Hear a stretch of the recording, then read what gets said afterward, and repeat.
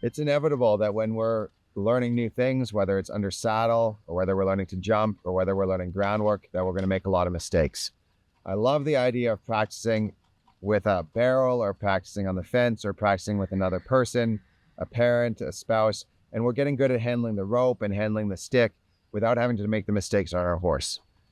What I'm going to go through here is simulating how I would want my horse to back up with this blue plastic horse here.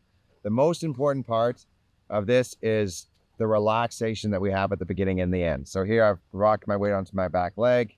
I've relaxed my shoulders. This is what I would call phase zero. I don't want my horse to feel any pressure from me at all. We're just hanging out.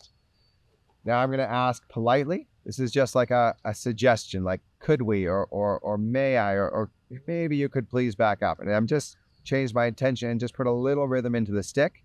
Now phase two is now I've got a little bit more swing. Phase three, if I've just let that swing go out and touch the barrel. And then phase four is a little bump at the end.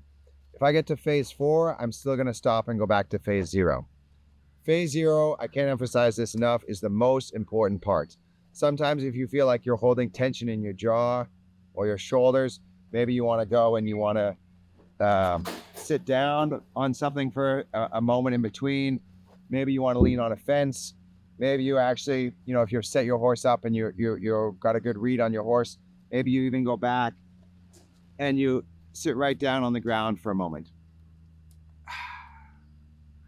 If you don't have this ability to relax in between, your horse is always going to carry a little bit of tension, and they're gonna feel that from you.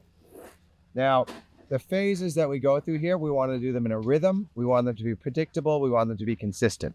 So phase zero, I'm going to go 1, 1, 2, 2, 3, 3, 4. If you get to 4, you still go back to 0.